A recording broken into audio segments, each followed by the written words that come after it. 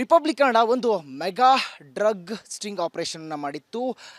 Drug ಮಾಫಿಯಾದ ವಿರುದ್ಧ ಮಾಡಿದಂಥ sting ಆಪರೇಷನ್ಗೆ ಗೃಹ ಸಚಿವರು ಸದನದಲ್ಲಿ ಒಂದು ಸಾಕ್ಷ್ಯವನ್ನು ಕೇಳಿದರು. ಅಂದರೆ ಮಾಜಿ ಸಚಿವ ಶಾಸಕ ಸುರೇಶ್ ಕುಮಾರ್ ಅವರು ಸದನದಲ್ಲಿ ಇದೇ ವಿಷಯವನ್ನು ಪ್ರಸ್ತಾಪ ಮಾಡಿದರು. ಅಂದರೆ ಆನ್ಲೈನಲ್ಲಿ ಡ್ರಗ್ ಹಾಗೆ ಮದ್ಯಪಾನಗಳು ಇದೆಲ್ಲವನ್ನು ಕೂಡ ಸೇಲ್ ಮಾಡ್ತಾರೆ, ಅಂದರೆ ಆ ಒಂದು ರಫ್ತು ಮಾಡುವಂಥದ್ದು, ಆಮದು ಮಾಡುವಂಥದ್ದು, ಅದನ್ನು ಒಂದು ಲೊಕೇಶನ್ನಿಂದ ಮತ್ತೊಂದು ಲೊಕೇಶನ್ಗೆ ತಲುಪಿಸುವಂತೆ ಕೆಲಸ ಮಾಡ್ತಾ ಇದ್ದಾರೆ ಅನ್ನುವಂಥದ್ದನ್ನು 3 ಕಾನ್ಸೆಪ್ಟ್ಗಳಲ್ಲಿ ನಾವು ತೋರಿಸಿದ್ವಿ. ಒಂದು, ಆನ್ಲೈನ್ನಲ್ಲಿ ಡ್ರಗ್ ಮತ್ತು ಗಾಂಜಾ ಸರಬರಾಜು ಆಗ್ತಾ ಇದೆ, ಅಂದರೆ ರ್ಯಾಪಿಡೋ ಪೋರ್ಟರ್ ಮುಖಾಂತರ ಸರಬರಾಜು ಆಗ್ತಾ ಇದೆ ಅನ್ನುವಂಥದ್ದನ್ನ ಹೇಳಿದ್ವಿ. ಅದಲ್ಲದೆ ಡ್ರಗ್ ಹಂಟ್ ಸ್ಪಾಟ್ ಅನ್ನುವಂಥದ್ದನ್ನ ತೋರಿಸಿದ್ವಿ. ಆ ಮುಖಾಂತರವಾಗಿಯೂ ಕೂಡ ಡ್ರಗ್ ಸೇಲ್ ಆಗ್ತಾ ಇದೆ, ರಫ್ತು ಆಗ್ತಾ ಇದೆ, ಸ್ಮಗ್ಲಿಂಗ್ ಆಗ್ತಾ ಇದೆ ಅನ್ನುವಂಥದ್ದನ್ನ ಹೇಳಿದ್ವಿ. ಅದರ ಜೊತೆಗೆ ಬಾಂಗ್ ಚಾಕ್ಲೇಟ್, ಅಂದರೆ ವಿದ್ಯಾರ್ಥಿಗಳ ಮುಖಾಂತರವಾಗಿ ಈ ಒಂದು ಗಾಂಜಾವನ್ನು ಎಲ್ಲ ಕಡೆ ಸ್ಪ್ರೆಡ್ ಮಾಡಲಾಗ್ತಾ ಇದೆ, ಪೆಡ್ಲಿಂಗ್ ಮಾಡ್ತಾ ಇದ್ದಾರೆ ಅನ್ನುವಂಥದ್ದನ್ನು ಕೂಡ ನಾವು ಸ್ಟಿಂಗ್ ಆಪರೇಷನ್ ಮಾಡುವ ಮುಖಾಂತರವಾಗಿ ಸಾಕ್ಷ್ಯವನ್ನು ಸಂಗ್ರಹಿಸಿ ಅದನ್ನು ಸ್ಟೋರಿ ಮಾಡಿ ಅದನ್ನು ನ್ಯೂಸ್ ಕೂಡ ಮಾಡಿದ್ವಿ. ಅದಾದ ಬಳಿಕ ಸದನದಲ್ಲೂ ಕೂಡ ಆ ವಿಷಯ ಚರ್ಚೆಗೆ ಗ್ರಾಸವಾಗಿತ್ತು. ಆಗ ಗೃಹ ಸಚಿವರು ಒಂದು ಸಾಕ್ಷ್ಯವನ್ನು ಕೇಳಿದರು. ಸದ್ಯ ಇವತ್ತು ನಮಗೆ ಖುದ್ದಾಗಿ ಓರ್ವ ಪೋರ್ಟರ್ ಯುವಕ, ಅಂದರೆ ದಿನ ರ್ಯಾಪಿಡೋ ಮತ್ತು ಪೋರ್ಟರ್ ಮಾಡ್ತಾರೆ ಅವರು ರಿಪಬ್ಲಿಕ್ ಕನ್ನಡವನ್ನು ಸಂಪರ್ಕ ಮಾಡಿ ಒಂದು ದುರಂತ ಕಥೆಯನ್ನು ಹೇಳಿರುವಂಥದ್ದು.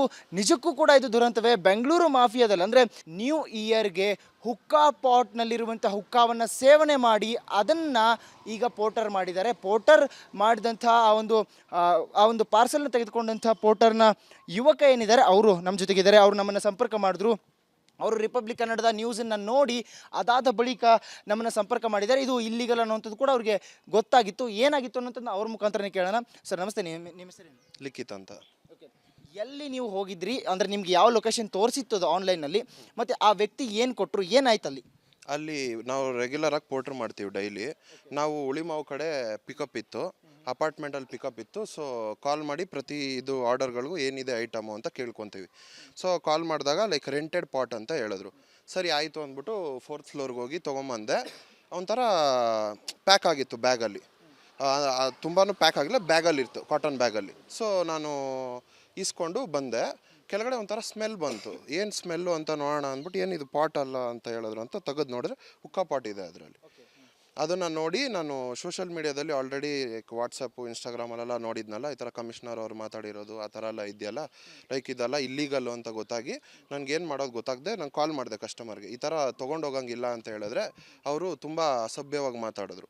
ಸರಿ ಆಯಿತು ಅಂದ್ಬಿಟ್ಟು ನಾನು ಪೊಲೀಸ್ ಅವ್ರಿಗೆ ತಿಳಿಸ್ತೀನಿ ಇದನ್ನು ಅಂದ್ಬಿಟ್ಟು ನಾನು ಪ್ರೆಸ್ ಅವ್ರದ್ದು ಇದು ಮಾಡಿ ಕಾಲ್ ಮಾಡಿ ಅವ್ರಿಗೆ ಈ ಥರ ಸಂಪರ್ಕ ಮಾಡಿ ಹೇಳಿದ್ವಿ.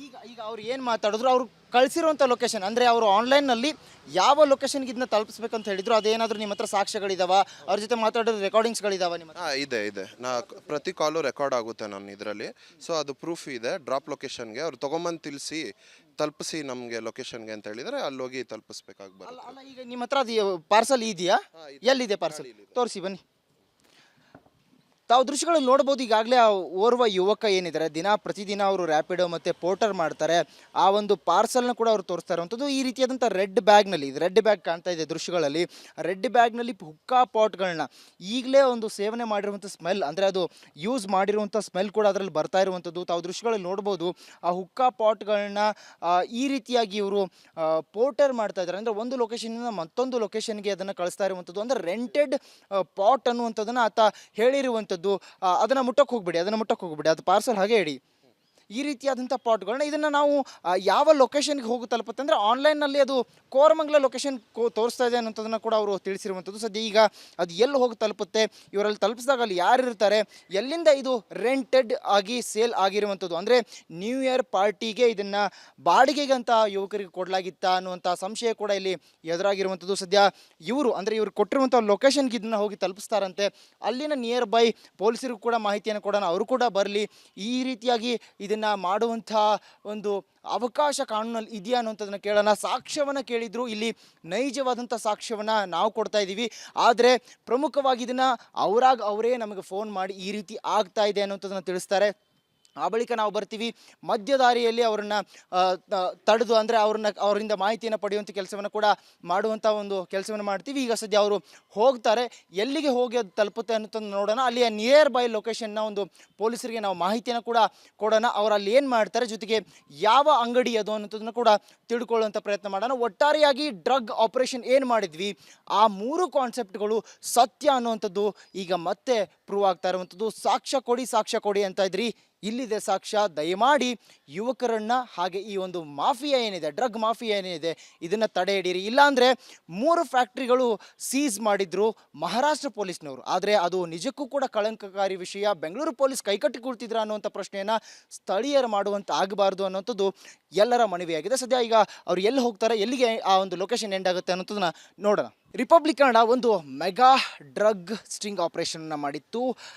ಡ್ರಗ್ ಮಾಫಿಯಾದ ವಿರುದ್ಧ ಮಾಡಿದಂಥ ಸ್ಟಿಂಗ್ ಆಪರೇಷನ್ಗೆ ಗೃಹ ಸಚಿವರು ಸದನದಲ್ಲಿ ಒಂದು ಸಾಕ್ಷ್ಯವನ್ನು ಕೇಳಿದರು. ಅಂದರೆ ಮಾಜಿ ಸಚಿವ ಶಾಸಕ ಸುರೇಶ್ ಕುಮಾರ್ ಅವರು ಸದನದಲ್ಲಿ ಇದೇ ವಿಷಯವನ್ನು ಪ್ರಸ್ತಾಪ ಮಾಡಿದರು. ಅಂದರೆ ಆನ್ಲೈನಲ್ಲಿ ಡ್ರಗ್ ಹಾಗೆ ಮದ್ಯಪಾನಗಳು ಇದೆಲ್ಲವನ್ನು ಕೂಡ ಸೇಲ್ ಮಾಡ್ತಾರೆ, ಅಂದರೆ ಆ ಒಂದು ರಫ್ತು ಮಾಡುವಂಥದ್ದು, ಆಮದು ಮಾಡುವಂಥದ್ದು, ಅದನ್ನು ಒಂದು ಲೊಕೇಶನಿಂದ ಮತ್ತೊಂದು ಲೊಕೇಶನ್ಗೆ ತಲುಪಿಸುವಂಥ ಕೆಲಸ ಮಾಡ್ತಾ ಇದ್ದಾರೆ ಅನ್ನುವಂಥದ್ದನ್ನು 3 ಕಾನ್ಸೆಪ್ಟ್ಗಳಲ್ಲಿ ನಾವು ತೋರಿಸಿದ್ವಿ. ಒಂದು, ಆನ್ಲೈನ್ನಲ್ಲಿ ಡ್ರಗ್ ಮತ್ತು ಗಾಂಜಾ ಸರಬರಾಜು ಆಗ್ತಾ ಇದೆ, ಅಂದರೆ ರ್ಯಾಪಿಡೋ ಪೋರ್ಟರ್ ಮುಖಾಂತರ ಸರಬರಾಜು ಆಗ್ತಾ ಇದೆ ಅನ್ನುವಂಥದ್ದನ್ನ ಹೇಳಿದ್ವಿ. ಅದಲ್ಲದೆ ಡ್ರಗ್ ಹಂಟ್ ಸ್ಪಾಟ್ ಅನ್ನುವಂಥದ್ದನ್ನ ತೋರಿಸಿದ್ವಿ.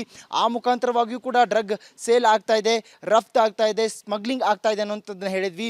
ಅದರ ಜೊತೆಗೆ ಬಾಂಗ್ ಚಾಕ್ಲೇಟ್, ಅಂದರೆ ವಿದ್ಯಾರ್ಥಿಗಳ ಮುಖಾಂತರವಾಗಿ ಈ ಒಂದು ಗಾಂಜಾವನ್ನು ಎಲ್ಲ ಕಡೆ ಸ್ಪ್ರೆಡ್ ಮಾಡಲಾಗ್ತಾ ಇದೆ, ಪೆಡ್ಲಿಂಗ್ ಮಾಡ್ತಾ ಇದ್ದಾರೆ ಅನ್ನುವಂಥದ್ದನ್ನು ಕೂಡ ನಾವು ಸ್ಟಿಂಗ್ ಆಪರೇಷನ್ ಮಾಡುವ ಮುಖಾಂತರವಾಗಿ ಸಾಕ್ಷ್ಯವನ್ನು ಸಂಗ್ರಹಿಸಿ ಅದನ್ನು ಸ್ಟೋರಿ ಮಾಡಿ ಅದನ್ನು ನ್ಯೂಸ್ ಕೂಡ ಮಾಡಿದ್ವಿ. ಅದಾದ ಬಳಿಕ ಸದನದಲ್ಲೂ ಕೂಡ ಆ ವಿಷಯ ಚರ್ಚೆಗೆ ಗ್ರಾಸವಾಗಿತ್ತು. ಆಗ ಗೃಹ ಸಚಿವರು ಒಂದು ಸಾಕ್ಷ್ಯವನ್ನು ಕೇಳಿದರು. ಸದ್ಯ ಇವತ್ತು ನಮಗೆ ಖುದ್ದಾಗಿ ಓರ್ವ ಪೋರ್ಟರ್ ಯುವಕ, ಅಂದರೆ ದಿನ ರ್ಯಾಪಿಡೋ ಮತ್ತು ಪೋರ್ಟರ್ ಮಾಡ್ತಾರೆ ಅವರು ರಿಪಬ್ಲಿಕ್ ಕನ್ನಡವನ್ನು ಸಂಪರ್ಕ ಮಾಡಿ ಒಂದು ದುರಂತ ಕಥೆಯನ್ನು ಹೇಳಿರುವಂಥದ್ದು. ನಿಜಕ್ಕೂ ಕೂಡ ಇದು ದುರಂತವೇ. ಬೆಂಗಳೂರು ಮಾಫಿಯಾದಲ್ಲಿ, ಅಂದರೆ ನ್ಯೂ ಇಯರ್ಗೆ ಹುಕ್ಕಾ ಪಾಟ್ನಲ್ಲಿರುವಂಥ ಹುಕ್ಕಾವನ್ನು ಸೇವನೆ ಮಾಡಿ ಅದನ್ನು ಈಗ ಪೋರ್ಟರ್ ಮಾಡಿದ್ದಾರೆ. ಪೋರ್ಟರ್ ಮಾಡಿದಂಥ ಆ ಒಂದು ಪಾರ್ಸಲ್ನ ತೆಗೆದುಕೊಂಡಂಥ ಪೋರ್ಟರ್ನ ಯುವಕ ಏನಿದ್ದಾರೆ ಅವರು ನಮ್ಮ ಜೊತೆಗಿದ್ದಾರೆ. ಅವರು ನಮ್ಮನ್ನು ಸಂಪರ್ಕ ಮಾಡಿದ್ರು. ಅವರು ರಿಪಬ್ಲಿಕ್ ಕನ್ನಡದ ನ್ಯೂಸನ್ನು ನೋಡಿ ಅದಾದ ಬಳಿಕ ನಮ್ಮನ್ನು ಸಂಪರ್ಕ ಮಾಡಿದ್ದಾರೆ. ಇದು ಇಲ್ಲಿಗಲ್ ಅನ್ನುವಂಥದ್ದು ಕೂಡ ಅವ್ರಿಗೆ ಗೊತ್ತಾಗಿತ್ತು. ಏನಾಗಿತ್ತು ಅನ್ನೋಂಥದ್ದು ಅವ್ರ ಮುಖಾಂತರನೇ ಕೇಳೋಣ. ಸರ್ ನಮಸ್ತೆ, ನಿಮ್ಮ ಹೆಸರೇನು? ಲಿಖಿತ್ ಅಂತ. ಓಕೆ, ಎಲ್ಲಿ ನೀವು ಹೋಗಿದ್ರಿ, ಅಂದರೆ ನಿಮ್ಗೆ ಯಾವ ಲೊಕೇಶನ್ ತೋರಿಸಿತ್ತು ಅದು ಆನ್ಲೈನಲ್ಲಿ, ಮತ್ತು ಆ ವ್ಯಕ್ತಿ ಏನು ಕೊಟ್ಟರು, ಏನಾಯ್ತು ಅಲ್ಲಿ? ಅಲ್ಲಿ ನಾವು ರೆಗ್ಯುಲರಾಗಿ ಪೋರ್ಟ್ರ್ ಮಾಡ್ತೀವಿ ಡೈಲಿ. ನಾವು ಉಳಿಮಾವು ಕಡೆ ಪಿಕಪ್ ಇತ್ತು, ಅಪಾರ್ಟ್ಮೆಂಟಲ್ಲಿ ಪಿಕಪ್ ಇತ್ತು. ಸೊ ಕಾಲ್ ಮಾಡಿ ಪ್ರತಿ ಇದು ಆರ್ಡರ್ಗಳಿಗೂ ಏನಿದೆ ಐಟಮು ಅಂತ ಕೇಳ್ಕೊತೀವಿ. ಸೊ ಕಾಲ್ ಮಾಡಿದಾಗ ಲೈಕ್ ರೆಂಟೆಡ್ ಪಾಟ್ ಅಂತ ಹೇಳಿದ್ರು. ಸರಿ ಆಯಿತು ಅಂದ್ಬಿಟ್ಟು 4th ಫ್ಲೋರ್ಗೆ ಹೋಗಿ ತೊಗೊಂಬಂದೆ. ಒಂಥರ ಪ್ಯಾಕ್ ಆಗಿತ್ತು ಬ್ಯಾಗಲ್ಲಿ, ತುಂಬಾ ಪ್ಯಾಕ್ ಆಗಿಲ್ಲ, ಬ್ಯಾಗಲ್ಲಿತ್ತು, ಕಾಟನ್ ಬ್ಯಾಗಲ್ಲಿ. ಸೊ ನಾನು ಇಸ್ಕೊಂಡು ಬಂದೆ. ಕೆಳಗಡೆ ಒಂಥರ ಸ್ಮೆಲ್ ಬಂತು. ಏನು ಸ್ಮೆಲ್ಲು ಅಂತ ನೋಡೋಣ ಅಂದ್ಬಿಟ್ಟು ಏನಿದು ಪಾಟ್ ಅಲ್ಲ ಅಂತ ಹೇಳಿದ್ರು ಅಂತ ತೆಗೆದು ನೋಡಿದ್ರೆ ಹುಕ್ಕಾ ಪಾಟ್ ಇದೆ ಅದರಲ್ಲಿ. ಅದನ್ನು ನೋಡಿ ನಾನು ಸೋಷಿಯಲ್ ಮೀಡಿಯಾದಲ್ಲಿ ಆಲ್ರೆಡಿ ವಾಟ್ಸಪ್ಪು ಇನ್ಸ್ಟಾಗ್ರಾಮಲ್ಲೆಲ್ಲ ನೋಡಿದ್ನಲ್ಲ, ಈ ಥರ ಕಮಿಷನರ್ ಅವ್ರು ಮಾತಾಡಿರೋದು ಆ ಥರ ಎಲ್ಲ ಇದೆಯಲ್ಲ, ಲೈಕ್ ಇದೆಲ್ಲ ಇಲ್ಲೀಗಲ್ಲು ಅಂತ ಗೊತ್ತಾಗಿ ನನಗೇನು ಮಾಡೋದು ಗೊತ್ತಾಗದೆ ನಾನು ಕಾಲ್ ಮಾಡಿದೆ ಕಸ್ಟಮರ್ಗೆ. ಈ ಥರ ತೊಗೊಂಡೋಗಂಗಿಲ್ಲ ಅಂತ ಹೇಳಿದ್ರೆ ಅವರು ತುಂಬ ಅಸಭ್ಯವಾಗಿ ಮಾತಾಡಿದ್ರು. ಸರಿ ಆಯಿತು ಅಂದ್ಬಿಟ್ಟು ನಾನು ಪೊಲೀಸ್ ಅವ್ರಿಗೆ ತಿಳಿಸ್ತೀನಿ ಇದನ್ನು ಅಂದ್ಬಿಟ್ಟು ನಾನು ಪ್ರೆಸ್ ಅವ್ರದ್ದು ಇದು ಮಾಡಿ ಕಾಲ್ ಮಾಡಿ ಅವ್ರಿಗೆ ಈ ಥರ ಸಂಪರ್ಕ ಮಾಡಿ ಹೇಳಿದ್ವಿ. ಈಗ ಅವ್ರು ಏನು ಮಾತಾಡಿದ್ರು, ಅವ್ರು ಕಳಿಸಿರುವಂಥ ಲೊಕೇಶನ್, ಅಂದರೆ ಅವರು ಆನ್ಲೈನ್ನಲ್ಲಿ ಯಾವ ಲೊಕೇಶನ್ಗೆ ಇದನ್ನ ತಲುಪಿಸ್ಬೇಕಂತ ಹೇಳಿದ್ರು, ಅದೇನಾದರೂ ನಿಮ್ಮ ಹತ್ರ ಸಾಕ್ಷ್ಯಗಳಿದಾವ, ಅವ್ರ ಜೊತೆ ಮಾತಾಡೋದು ರೆಕಾರ್ಡಿಂಗ್ಸ್ಗಳಿದಾವ ನಿಮ್ಮ ಹತ್ರ? ಇದೆ. ಪ್ರತಿ ಕಾಲು ರೆಕಾರ್ಡ್ ಆಗುತ್ತೆ ನನ್ನ ಇದರಲ್ಲಿ. ಸೊ ಅದು ಪ್ರೂಫ್ ಇದೆ. ಡ್ರಾಪ್ ಲೊಕೇಶನ್ಗೆ ಅವ್ರು ತೊಗೊಂಬಂದು ತಲುಪಿಸಿ ನಮಗೆ ಲೊಕೇಶನ್ಗೆ ಅಂತ ಹೇಳಿದರೆ ಅಲ್ಲಿ ಹೋಗಿ ತಲುಪಿಸ್ಬೇಕಾಗ್ಬಾರ್ದು. ಅಲ್ಲ, ಈಗ ನಿಮ್ಮ ಹತ್ರ ಅದು ಪಾರ್ಸಲ್ ಇದೆಯಾ? ಎಲ್ಲಿದೆ ಪಾರ್ಸಲ್? ತೋರಿಸಿ ಬನ್ನಿ. ತಾವು ದೃಶ್ಯಗಳಲ್ಲಿ ನೋಡ್ಬೋದು. ಈಗಾಗಲೇ ಆ ಓರ್ವ ಯುವಕ ಏನಿದ್ದಾರೆ, ಪ್ರತಿದಿನ ಅವರು ರ್ಯಾಪಿಡೋ ಮತ್ತು ಪೋರ್ಟರ್ ಮಾಡ್ತಾರೆ. ಆ ಒಂದು ಪಾರ್ಸಲ್ನ ಕೂಡ ಅವರು ತೋರಿಸ್ತಾ ಇರುವಂಥದ್ದು ಈ ರೀತಿಯಾದಂಥ ರೆಡ್ ಬ್ಯಾಗ್ನಲ್ಲಿ. ಇದು ರೆಡ್ ಬ್ಯಾಗ್ ಕಾಣ್ತಾ ಇದೆ ದೃಶ್ಯಗಳಲ್ಲಿ. ರೆಡ್ ಬ್ಯಾಗ್ನಲ್ಲಿ ಹುಕ್ಕಾ ಪಾಟ್ಗಳನ್ನ ಈಗಲೇ ಒಂದು ಸೇವನೆ ಮಾಡಿರುವಂಥ ಸ್ಮೆಲ್, ಅಂದರೆ ಅದು ಯೂಸ್ ಮಾಡಿರುವಂಥ ಸ್ಮೆಲ್ ಕೂಡ ಅದರಲ್ಲಿ ಬರ್ತಾ ಇರುವಂಥದ್ದು ತಾವು ದೃಶ್ಯಗಳಲ್ಲಿ ನೋಡ್ಬೋದು. ಆ ಹುಕ್ಕಾ ಪಾಟ್ಗಳನ್ನ ಈ ರೀತಿಯಾಗಿ ಇವರು ಪೋರ್ಟರ್ ಮಾಡ್ತಾ ಇದ್ದಾರೆ. ಅಂದರೆ ಒಂದು ಲೊಕೇಶನಿಂದ ಮತ್ತೊಂದು ಲೊಕೇಶನ್ಗೆ ಅದನ್ನು ಕಳಿಸ್ತಾ ಇರುವಂಥದ್ದು. ಅಂದರೆ ರೆಂಟೆಡ್ ಪಾಟ್ ಅನ್ನುವಂಥದ್ದನ್ನು ಆತ ಹೇಳಿರುವಂಥದ್ದು. ಅದನ್ನು ಮುಟ್ಟಕ್ಕೆ ಹೋಗ್ಬೇಡಿ, ಅದು ಪಾರ್ಸಲ್ ಹಾಗೆ ಇಡಿ. ಈ ರೀತಿಯಾದಂಥ ಪಾಟ್ಗಳನ್ನ ಇದನ್ನು ನಾವು ಯಾವ ಲೊಕೇಶನ್ಗೆ ಹೋಗಿ ತಲುಪುತ್ತೆ ಅಂದರೆ ಆನ್ಲೈನ್ನಲ್ಲಿ ಅದು ಕೋರಮಂಗಲ ಲೊಕೇಶನ್ ತೋರಿಸ್ತಾ ಇದೆ ಅನ್ನೋಂಥದ್ದನ್ನು ಕೂಡ ಅವರು ತಿಳಿಸಿರುವಂಥದ್ದು. ಸದ್ಯ ಈಗ ಅದು ಎಲ್ಲಿ ಹೋಗಿ ತಲುಪುತ್ತೆ, ಇವರಲ್ಲಿ ತಲುಪಿಸಿದಾಗ ಅಲ್ಲಿ ಯಾರು ಇರ್ತಾರೆ, ಎಲ್ಲಿಂದ ಇದು ರೆಂಟೆಡ್ ಆಗಿ ಸೇಲ್ ಆಗಿರುವಂಥದ್ದು, ಅಂದರೆ ನ್ಯೂ ಇಯರ್ ಪಾರ್ಟಿಗೆ ಇದನ್ನು ಬಾಡಿಗೆಗೆ ಅಂತ ಯುವಕರಿಗೆ ಕೊಡಲಾಗಿತ್ತಾ ಅನ್ನುವಂಥ ಸಂಶಯ ಕೂಡ ಇಲ್ಲಿ ಎದುರಾಗಿರುವಂಥದ್ದು. ಸದ್ಯ ಇವರು ಕೊಟ್ಟಿರುವಂಥ ಲೊಕೇಶನ್ಗೆ ಇದನ್ನು ಹೋಗಿ ತಲುಪಿಸ್ತಾರಂತೆ. ಅಲ್ಲಿನ ನಿಯರ್ ಬೈ ಪೊಲೀಸರಿಗೂ ಕೂಡ ಮಾಹಿತಿಯನ್ನು ಕೊಡೋಣ, ಅವರು ಕೂಡ ಬರಲಿ, ಈ ರೀತಿಯಾಗಿ ಇದನ್ನು ಮಾಡುವಂಥ ಒಂದು ಅವಕಾಶ ಕಾನೂನಲ್ಲಿ ಇದೆಯಾ ಅನ್ನೋಂಥದ್ದನ್ನು ಕೇಳೋಣ. ಸಾಕ್ಷ್ಯವನ್ನು ಕೇಳಿದ್ರು, ಇಲ್ಲಿ ನೈಜವಾದಂಥ ಸಾಕ್ಷ್ಯವನ್ನು ನಾವು ಕೊಡ್ತಾ ಇದ್ದೀವಿ, ಆದರೆ ಪ್ರಮುಖವಾಗಿ ಇದನ್ನು ಅವರೇ ನಮಗೆ ಫೋನ್ ಮಾಡಿ ಈ ರೀತಿ ಆಗ್ತಾ ಇದೆ ಅನ್ನೋಂಥದ್ದನ್ನು ತಿಳಿಸ್ತಾರೆ.